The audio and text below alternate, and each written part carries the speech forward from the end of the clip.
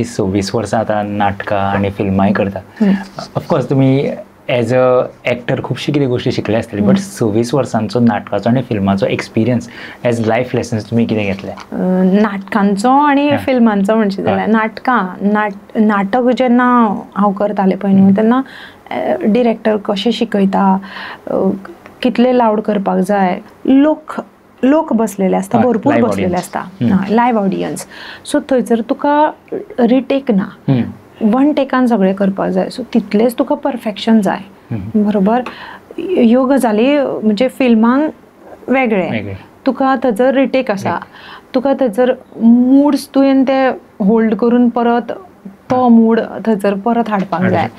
Plus हांगासर तुका loud करपाक जाय, कारण फाटल्या ऑडियन्सांक मेरेन तुजी एक्टींग दिसपाक जाय, तुजे संवाद फेक आयकूंक येवपाक जाय.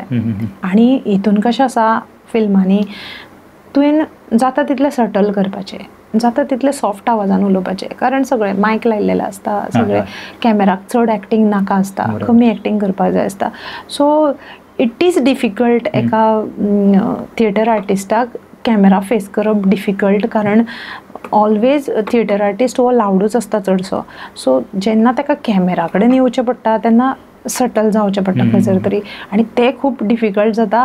आनी हे डिफिकल्टी चडशी डायरेक्टराक फेस करची पडटा, म्हणजे फिल्मा ताका कंट्रोलान हाडपाक.